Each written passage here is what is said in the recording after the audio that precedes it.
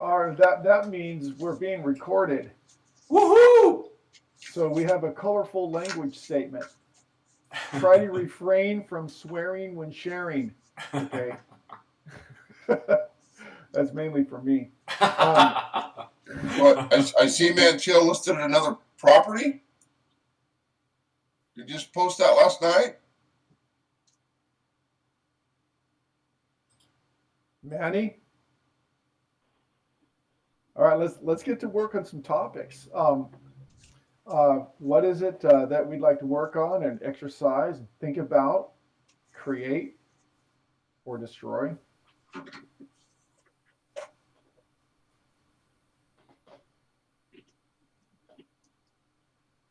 How about what people want? Okay. What people want.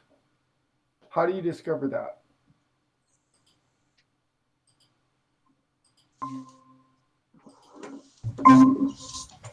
What people want. Good morning. Good morning. Good morning. Morning. Morning. Or here's another question. What does amazing look like in your business? Do you have an idea of what amazing looks like? So let's talk. That talks a little bit to the vision. Okay. What keeps vision alive is a purpose. Okay. How is a purpose defined? By a story. Okay. So, what's your story? Your story will define your purpose. Your purpose will keep your vision moving forward. Okay. Some things to think about. If you say, "Well, I don't have a vision," okay. Well, ask yourself this question then: what does amazing look like? What does amazing look like? What does amazing look like in 2 years? What would amazing look like in 3 weeks? And you'll start to define a vision. The vision will help you define a purpose. The purpose will then create a story. And that's what keeps us motivated during those sometimes challenging times when we hit road bumps and speed bumps in the parking lot of production. You know, we do have to often slow down to avoid a dangerous, a big speed bump. Okay, because if you're not paying attention, you're going to hit that speed bump and wreck a car. Speaking of that, going through maneuvering through um, business is your dashboards. Okay, understanding that you all have a dashboard, and whatever it is, what amazing looks like for you, that's what amazing is going to look like for you. It's going to be different from me to you, from everyone here else on this call. However, to get and to reach that destination, um, it's going to take a little bit of practice. I learned a couple of things while I was gone in Nashville, believe it or not. One was the two-step, and the second one was watch out for drunk people on the sidewalk. Um, I also learned that our business is like an airplane. Our business is like an airplane. Um, Within your own organization, and each one of you has your own organization, by the way, because you're the CEO of your business. But collectively, we come together, and the strength of the team is dependent upon the strength of each individual. Okay, so just think of this as in terms of um, a bunch of attack airplanes. I'm trying to F-18s. Okay, and so we're going to be much stronger if we work and coordinate together. But each one of us, we're all in our own F-18. And in the cockpit is the leadership. Okay, the cockpit is where you are sitting in there. The product, your wings are the products. Okay, the cash, your cash flows, your fuel, and inside the body is all your overhead. your left engine is going to be your sales, and your right engine is going to be your marketing. Okay. So if your product, you are your product, and your products can also be similar to the services you provide, buyer and seller services. Okay. Those services. If you have real small wings and your products suck, okay. And if your products suck and you have really small wings, but you have incredible sales and you have incredible marketing, okay, you're not going to be able to go very far because you can bring people in, but your services suck. So, what if you have really great products, really great services, but there's no one to experience it? You have no sales and you have no marketing. Okay. So, what if you have tanks? Okay. What if you have tanks full of fuel? That's the cash flow. What if you have all kinds of cash flow? Okay. But you stink at sales and you stink at marketing.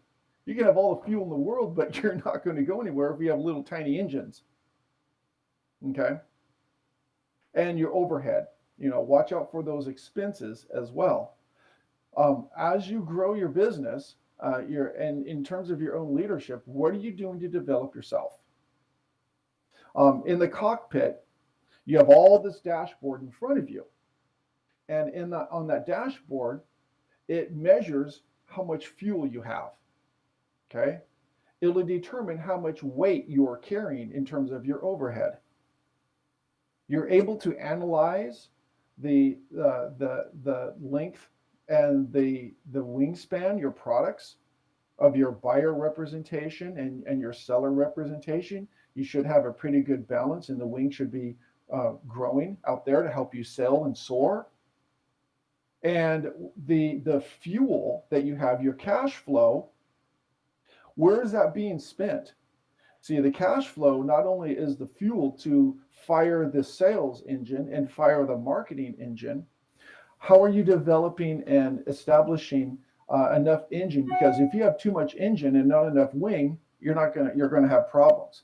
If you have too much wing and not the right size engines in sales and marketing, you're going to have a real difficult time. So understanding how to read that dashboard as you go through your business of being the CEO of you, what's the dashboards that we're looking at? Okay, we're looking at lead generation, we're looking at lead follow-up, we're looking at our skills in negotiation, we're looking at the appointments, the number of appointments, the quality of appointments, and also customer care. But those are some of the dashboards. We also have to understand we need to build our jet, okay, with just enough marketing, just enough sales, just enough cash flow, with the right amount of products. If you take a look at what it is that you want, what does amazing look like? Okay, build that plane according to that vision. And oftentimes, as you begin building it, you're going to be frustrated. You're going to come up against some roadblocks, and that's absolutely natural. Failure is okay. Okay, failure is okay. Just ask. We have a desire to move through failure. How do I know that? Well, it's because I'm walking on 2 feet and not crawling around on my hands and knees. The desire to grow, the desire to walk, the desire then to skip, the desire then to run and do that. It's inspiring. Otherwise, if I would have stood up the first couple times wobbly in my diaper and then fell down, and I experienced that a few times, and I didn't have any of my parents to pick me up a few times. Hey, they picked me up, and I did this with my kids. I'd hold onto their fingers. I remember holding onto my dad's fingers. I have really young memories of him as a child, holding onto the fingers, and I did what my dad did with me, and he'd let go, and I'm like, I know he's going to drop. I know he's going to drop, and sure enough, bam. And then after a few times, I wouldn't offer the fingers, and it's like, you can do this. You can get up. Go find the edge of a table claw your way up on the edge of the table and hold on, and you're holding on with one hand. Sometimes that's like us in our real estate business. We're here to encourage each other, and a lot of us are learning how to walk again, okay, and again. And as long as you are in a state of curiosity and discovery and growth, you're always learning to walk. But the desire to succeed, okay, is greater than the fear of failure. And that's because you have a vision. That's because you know what amazing looks like. Okay, you understand the craft of your business and the airplane that you're driving, and that you are the leader of you, and that you can succeed and go to places that you would have not otherwise dreamed of. But you have to encounter that suck part of life, which is failure. And just knowing it doesn't make it any easier. Going through it doesn't make it any easier, but you don't have to go through it alone, particularly in this office. And sometimes people suffer in silence, and that's their way, and they get through it. But you don't have to. This is a really great place to learn. So I want to really, reinforce here those thoughts as we get into our business planning portion of the fourth quarter of this year, to plan and prepare, to build, to strengthen up, to support, to come into community and be an individual business owner, to prepare yourself for takeoff in 2022, because it's going to be the best year ever. Okay. Regardless of what's going on in the community, regardless of what's going on in the country or around the world, or interest rates or inventories, those are things that we necessarily can't control. But the things I can control is my mindset, my attitude, and my actions. And if I focus on those three things that I can control in any market, I may slow down, but I will not be defeated. And same with you. The three things we can control are mindset, our attitude, and actions. So I guess if no one had anything else to say about sales development, I just wanted to give myself a little pump up, and you're here to participate in that self-talk with me. So I'll get off my high horse here for a second and calm myself down. And does anybody want to talk about some sales stuff that's coming up? Some sales presentations they're going to be getting into, buyer consultation, negotiating techniques for multiple offer situations, open houses, follow-up, anything like that we can discuss in a round robin style. May I ask a question? Sorry. Who's on? Yeah, you're on. Okay. A question came up. I know somebody, and I'm in contact with him. So recently, his mother died, and she owned the house where he lived with his mother in there. And his mother had a reverse mortgage. And he asked me if I know more about reverse mortgage. I said, I know much, but I can make myself aware of it. So now he and his sister are inherit the house. So do you know anything about it? How this would work with a reverse mortgage? Anybody?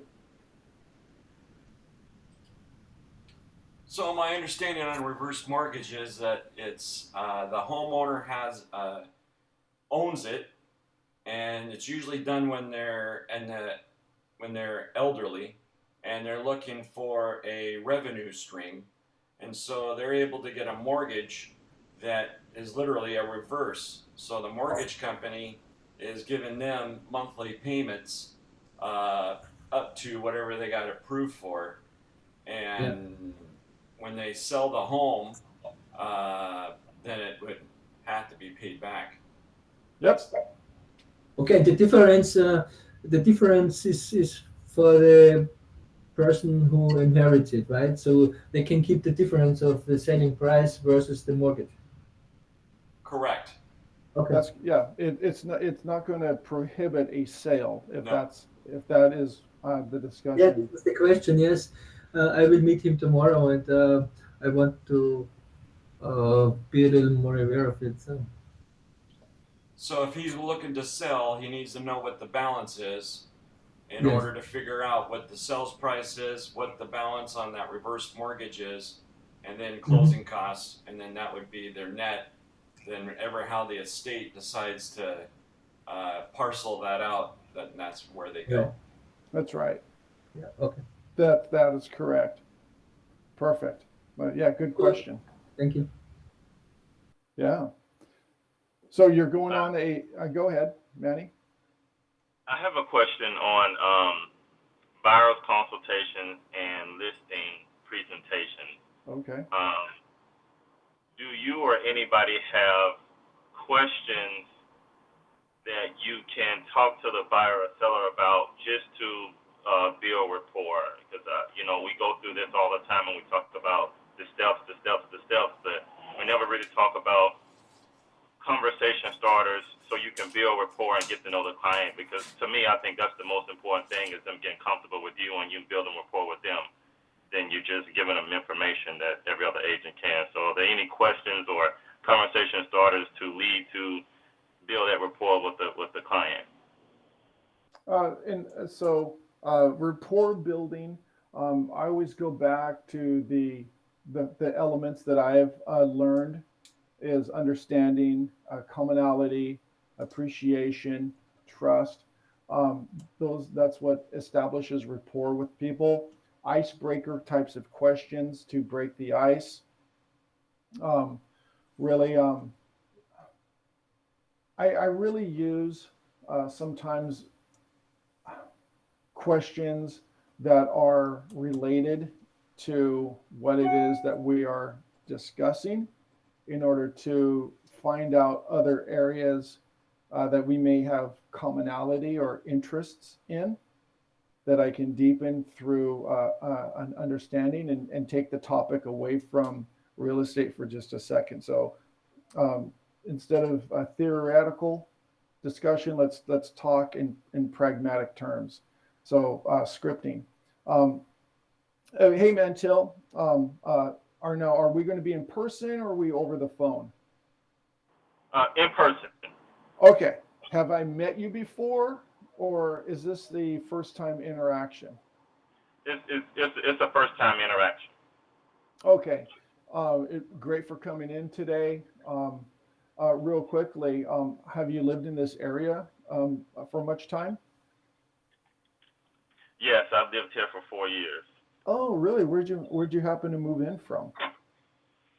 I'm a military brat, so my dad was stationed here, and I wound up, buying a house here. Oh, interesting. Okay. So far, just with that discussion, I have several different points of outside of real estate that I can discuss if I wanted to get to know that person at a deeper level. What was it like growing up in a military family? How often did you move? What did you like about moving? Well, you're the type of person that doesn't fear change. How did and just talk into them and about them, and learn about them. Curiosity. Be curious about that other person. Oh, you've been here for 4 years. Really, what's kept here? What's keeping you here? Oh, I like the area. I like the weather. It's mild. It's not too hot, not too cold. Okay. The crime is low. Okay. I just like this area. So in other words, you're going to need a large walk-in closet.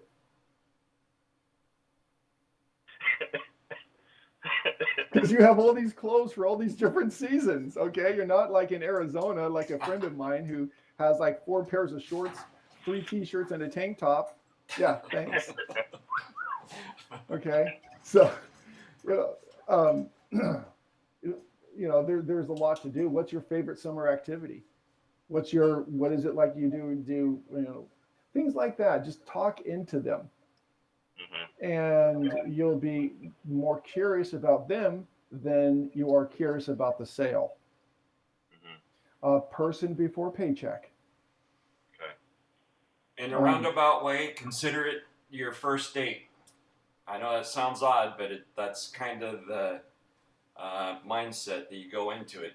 You're trying to learn about them, and you're trying to, like you say, trying to build a rapport. You're trying to build a relationship. So in other words, it's wrong to propose on the first date?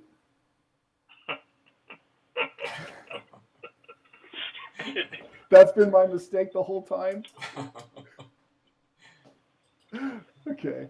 Yeah, sometimes we do have a tendency of moving in too quickly. Okay. Mantil, did that help?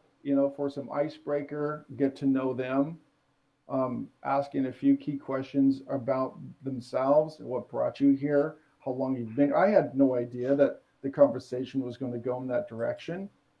And so through that understanding, I was getting to understand, and then I can toss in some appreciation. Boy, you know what? I appreciate, everything that you've done, and I can appreciate why you love it here. There's a lot of reasons people like yourself stay here, and it's just because of that. Basically, I'm saying you're not weird for making that decision. It's very common. I hear that a lot. I love to do some of the very similar things. What is it that you enjoy hiking in the Northern Cascades? Let's say that's something they really enjoy doing.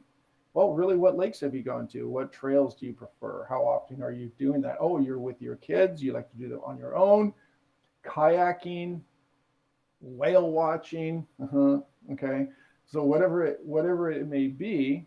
Now, here's the thing not to do is not to be inauthentic.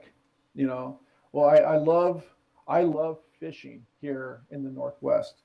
Oh, you love fishing? Oh my gosh, I love fishing too. And you don't even know how to frickin' tie a fish hook. Okay? They don't go there. And if they express and watch their body language, if they say, "Oh, I really love to fish. Oh my gosh, it's just so great. The salmon and the trout and crabbing, just all the salt water and fresh water, blah blah blah blah blah." And you're like, "That is the most. I hate that stuff." Okay. Oh, I don't like that stuff. But this person's showing a lot of interest in it. You say, "Hey, you know what? That's great. A lot of people do like that stuff." You know what I enjoy? I enjoy the rewards of my friends that engage in those activities that I can go over and enjoy that barbecue with in their backyard and that salmon they just caught. I go, "So when you get in your new home, are you going to invite me over and I can enjoy some of that fresh fish you're going to catch for me?" And that's just really relational. And I'm being very authentic and open about it. I love water skiing. You love water skiing? Oh my gosh, I love water. And you've never been pulled behind a boat except for on an inner tube. Okay. Oh, I love water. I've never been water skiing. I'm not really into that, but I love the water. I love swimming in lakes and jumping off the back of boats. It's just being real and not being phony. And what Coach Jim said just earlier is be a friend. Don't go in for the proposal too early. It's just getting to know the person. The business will happen when the relationship occurs. People like people who are like themselves. They plus, it helps. It helps you identify how to assist them in their decision making later on in the sale. And sometimes if you have difficulty remembering these things about people, because some people have different associations with memory and what people say, it's okay to take notes in front of them. It's okay to take notes in front of him. I'm not insulted when I go and see my doctor and I'm telling him shit and he's writing down notes. I'm pretty much thankful. Oh, good. He's writing this stuff down. I wouldn't expect him to remember it. And so it's okay to write notes. If you happen to be like myself, specifically with names of their children and their birth dates. Okay. Don't be afraid to throw out a compliment. I know that women do it like so easy. And for whatever reason, me as a man, I have a little harder time. I don't know why. Even receiving them for that matter. But yeah, throw out a compliment. Like, Todd, looking looking slick. Hey I Jim, like it. thanks for heading up and being on these calls like this, man. You're the man. Makes people feel good. It does. Makes people feel good. Nice haircut, Todd. It's not a haircut. It's called hairspray. Ha! I'm getting there. I thought about it this morning. Jermaine, you always have some points of wisdom to include. What are your thoughts on everything we've talked about today? I've said this before. I like to be really boring. I don't like to think for most things. So I have my 4 questions: present situation, outcome seeking, authority, capital. I go through those pretty much like clockwork. The last buyer orientation I did was with Ian and his husband Spencer for an icebreaker, because you were asking about that. Sometimes it's hard to get right into questions. There we go. I used the little M&M game. So it's a housing priority game. Oh, yeah.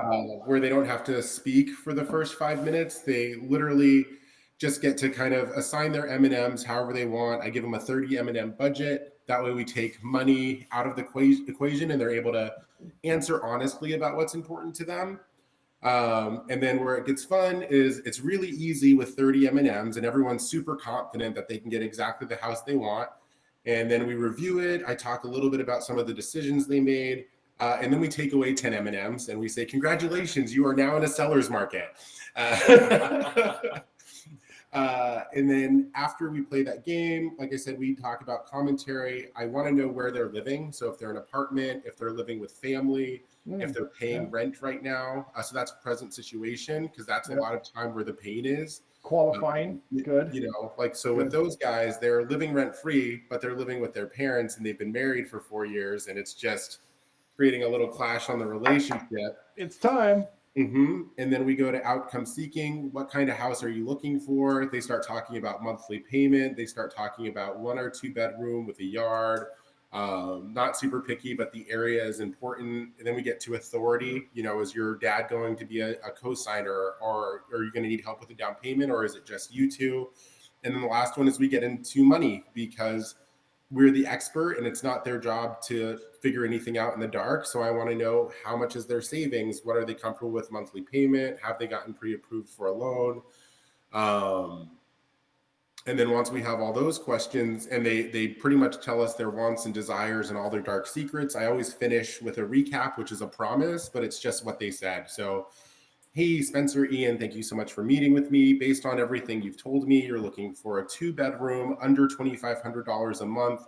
You're very realistic about what this market is like and the time it's going to take. It sounds like we have exactly what you're looking for. Let's get started. Begin presentation. Yeah, good. You know, and Jermaine is a master at the M&M game. I've watched him facilitate it, and it's fun. You really get to see who the decision makers are. I always make couples play differently, because even though you do get to see who the decision makers are, sometimes the ones who are less able to speak up, yes, it gives them a chance. It gives you a chance to actually find out what they're looking for without them having to speak over the other person. Exactly. That's good stuff. That's good stuff. All right. Anyone else before we get rocking and rolling? I know today we have a lunch and learn here at the office. You know, we put lunch before learning, but with a full belly, we're able to comprehend better. And so we'll have a lunch and learn that is on rehab loans by Nancy. So if you can make it into the office, there'll be some lunch here, and you may just learn something as well. Other than that, if you need something, if you want something, if you want to grow something, pick up the phone, send the text message, send out that email, and follow up, lead generate, make 100 contacts a week. Do that for 4 weeks, and your life will change. All right, guys. Take care. Make it a great day in real estate. Pan for gold.